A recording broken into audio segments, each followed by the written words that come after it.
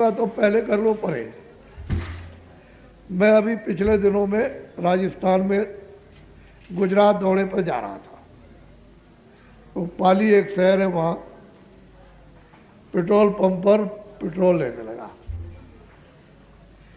मैं उधर पहाड़ की तरफ देख रहा था तो एक आदमी आया, उसने पीछे से पैर छू लिए। तो मैं देखने लगा इधर, भाई तुम कौन हो भाई? कह लगे कि मैं एक दुकानदार। क्या करते हो? कह लगे मैं एक छोटी सी दुकान करता हूँ। कहेगी कि मैं शराब की दुकान करता हूँ, दारू की। तुम्हारी दुकान कहाँ है? कह लगे ये है सामने, पेट्रोल पंप के सामने एक ही आदमी के बैठने की गुमटी बनी थी। उसने कहा ये हमारी दुकान, और 1 नंबर का धंधा करता हूँ। मैंने कहा तुम पीते हो? कह लगे एक बूंद नहीं, हमारे घर में एक बूंद नहीं मिलेगी ना, हमारे घर में कुछ। तब तक उसका बच्चा आ गया, वो वहां से उठा और ये अंदर बैठा। अब वो कहा महाराज मैं जा रहा हूँ, काम से जरा जाना। अच्छा, बच्चे को बुलाया, मैं बच्चा ये तुम्हारी दुकान? कह लगे ये कौन थे?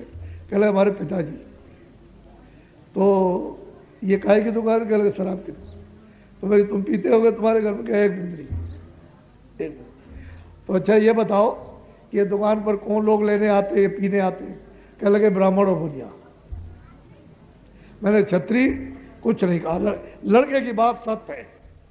कह लगे ब्राह्मण बनिया, ये उसने ये कहा कि शराब में डूबे हुए और भगवान ऊपर तैर रहा। यानी आप ये देखिए उस बच्चे की भाषा, वो ज्ञान युक्त विवेक युक्त भाषा। अब आप समझ लो जो ज्ञान देते थे, जो समाज का, जो परिवार का, जो राज का, जो धर्म का जो ज्ञान देते थे, अगर उसमें डूब जाए तो किससे ज्ञान मिलेगा? अरे भाई सत्य का ज्ञान और न्याय का ज्ञान, मतलब यह है कि अन्याय का ज्ञान किससे मिलेगा? तो बच्चों बच्चियों थोड़ा सा परहेज कर लो। जब तुम इस पर परहेज करने लगोगे अपनी जगह पर, मैं तुमको सीधा रास्ता बताता हूँ, और जो मैं तुमको चीज दूंगा वो सोने चांदी हीरे जवाहरात को ऐसे लुटाओ तो नहीं मिलेगी। और तुम ये सोचते होगे कि मेरे पास बहुत कुछ होगा और मैं खरीद लूंगा जा करके।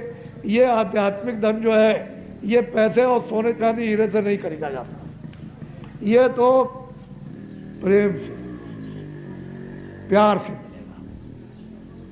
ऐसे न किसी को अभी तक मिला ना। मैं एक छोटी सी कहानी आपको बता दूं। एक काशी में कबीरदास रहते थे।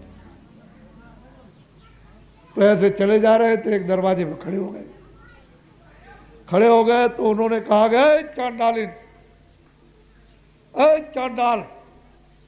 तो उधर से एक औरत निकल के आई, कह लगे अरे तू बड़ी चांडालिन है, तेरे सूरत को देख करके मुझे पाप लग गया और तेरे चौके में दीमक जल रही है। बात कहा है, चला जा पाखंडी कहीं के, चला जा। और मैंने तेरे ऐसे साधुओं को बहुत देखा। बस उनको तो जो बात कहनी थी उन्होंने कह दी, चल दिया।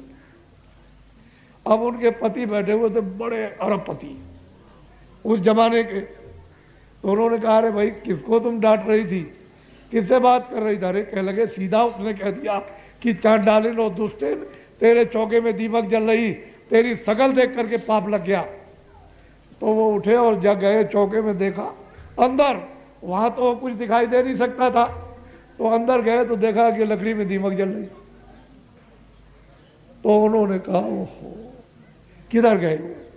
बाहर आए, पूछा किधर गए? कह लगे इधर चले गए। उधर गए दौड़ करके, तो कह लगे वो इधर गली में गए। कह लगे कि भाई इधर वो एक साधु जा रहे थे, कह लगे इधर चले गए। तब तक वो गांव में निकल गए। अब पीछे पीछे वो आगे आगे ढूंढते चले, पता लगता चले, ढूंढते चले। उनको रात हो गई, दिन हो गया, नहीं मिले। लौट आए, स्त्री ने पूछा भाई कहाँ गए थे? कह लगे बात तो सत्य थी।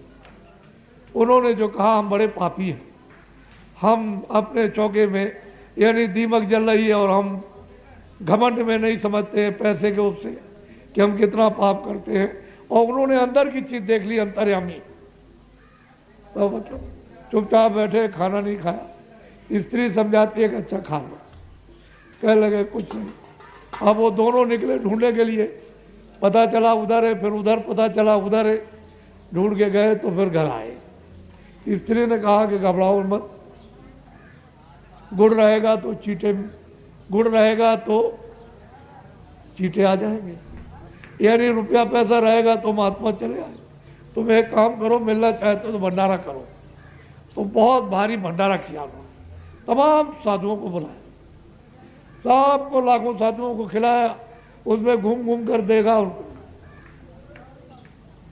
कह लगे देख लो इसमें, कह लगे वो साधु नहीं है, जिन्होंने कहा था वो नहीं, बस वो सब उनका वो खत्म हो गया। फिर ढूंढने निकले, नहीं मिले। फिर एक भंडारा किया जिसमें उन्होंने 4-5 लाख साधु बुलाए। फिर उन्होंने ढूंढा उसको,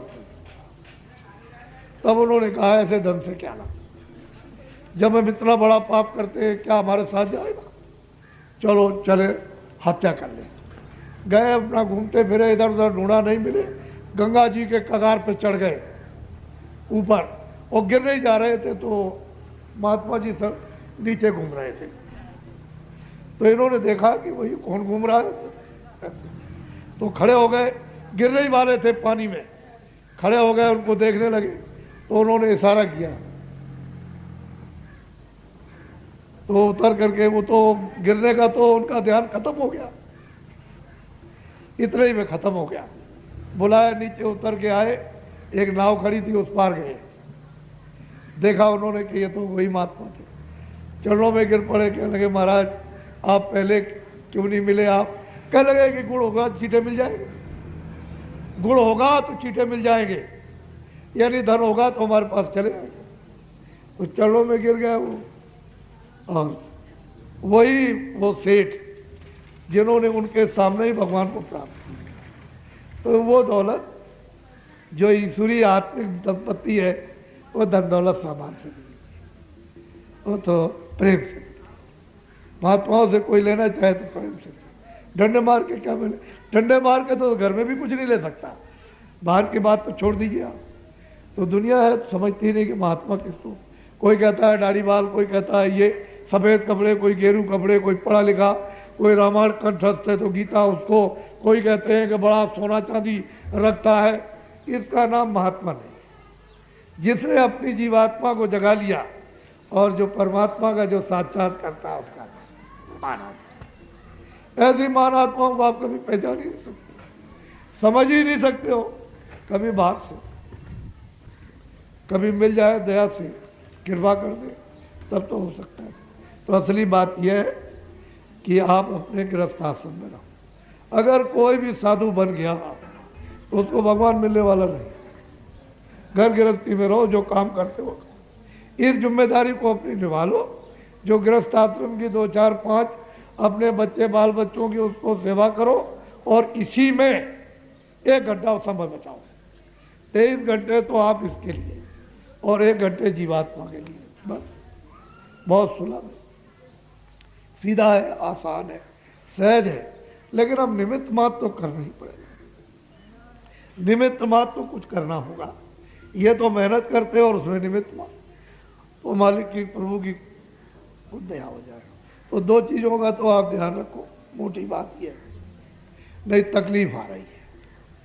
अभी आज की तारीख है आपकी 2, आपके मतलब यह कि ये महीना, तो अभी तक कोई तकलीफ नहीं, महंगाई भी नहीं है, सूखा भी नहीं, अकाल भी नहीं, भुखमरी, महामारी भी, भूकंप भी नहीं, टैक्स भी नहीं है, आगे लड़ाई झगड़ा, कोलाहल, कोहराम, ये सब तकलीफें आगे आने वाली है। तो आपको ये चाहिए कोई रास्ता तो बदल दे, जिससे जो संकट आए, तो जल, पृथ्वी, अग्नि, वायु, आकाश, ये 5 देवता हैं।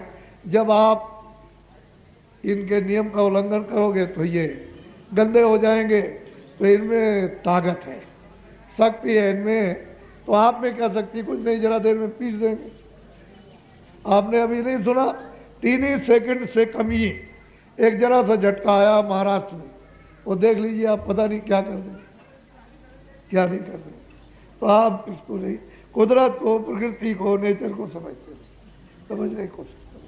तो मैं आपको अमूलक चीज देने आया हूँ और वो देना चाहता हूँ। मेरी इच्छा है, मुझे हुक्म मिला है कि इन मानव आत्माओं पर आत्म धन की वर्षा कर दो।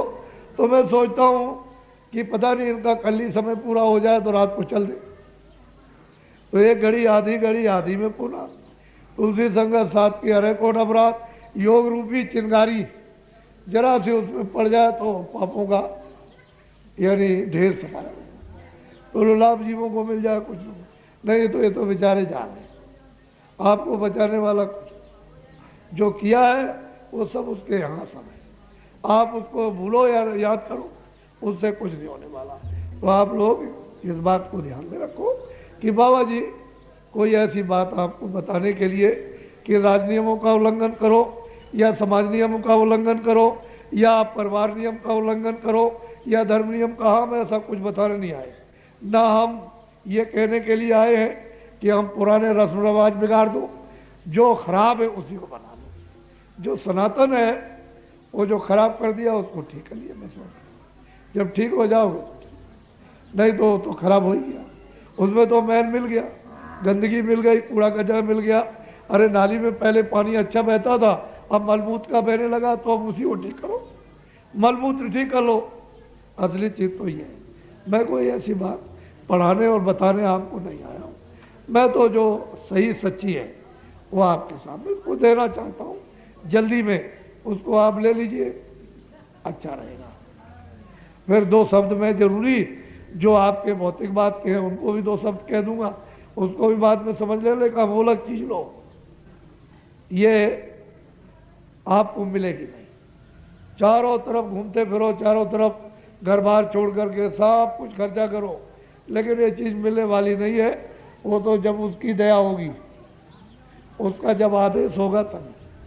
तो आपको मिल रही इसको फेंक मत देना, मान सम्मान और सत्कार से लो, अच्छी तरह से, सद्भाव से, श्रद्धा से ले लिया, मोलक चीजें मिलेगी नहीं, फिर पीछे आपको पछताना होगा। तो जो भगवान का नाम बोलूंगा सब लोग एक साथ एक आवाज में बोलना, ये काम अच्छा है, तेरे सुख मिलेगा, शांति मिलेगी, तेरा कल्याण होगा, तू संपन्न हो जाएगा। तो महात्मा फकीर आते हैं तो वो तो मतलब ये है कि अर्जी करते हैं, मर्जी आपकी, जितना अधिकार आपको उतना पकड़ो, वो आपके साथ कोई जुल्म जोर नहीं करते हैं, प्यार करते हैं, मोहब्बत करते हैं, उस मोहब्बत प्यार में तुम्हारे हितों के लिए तुमको समझाते हैं, क्योंकि कर्म करने का अधिकार सबको मिला हुआ है बराबर, उसमें कोई हस्तक्षेप नहीं कर सकता, तो प्यार से तो सबको समझाया जा सकता है, तो प्यार करते हैं। तो आप लोगों को समझ में अच्छा, ये नाम नोट कर लीजिए, ये टाट वाले यार लिखा हुआ कुछ दे देंगे तो इनका आप ले लीजिए और घर में याद कर लीजिएगा, कागज काट देना। और भजन और ध्यान और सुमरन थोड़ा पकाना पड़ेगा आपको, पकाने का मतलब याद करना पड़ेगा, थोड़ा रमा करना पड़ेगा, नहीं आदत बनानी पड़ेगी, कैसे भजन किया जाता है, ऐसे ध्यान किया जाता है, आंख से और कान से, और सुमरन ऐसे किया जाता है। तो थोड़ा जब पका लोगे तो वही कार्य आपके लिए सुलभ है, कठिन कुछ नहीं, लेकिन न जानने के कारण कठिन मालूम हो रहा, बहुत सुलभ, बहुत सीधा है।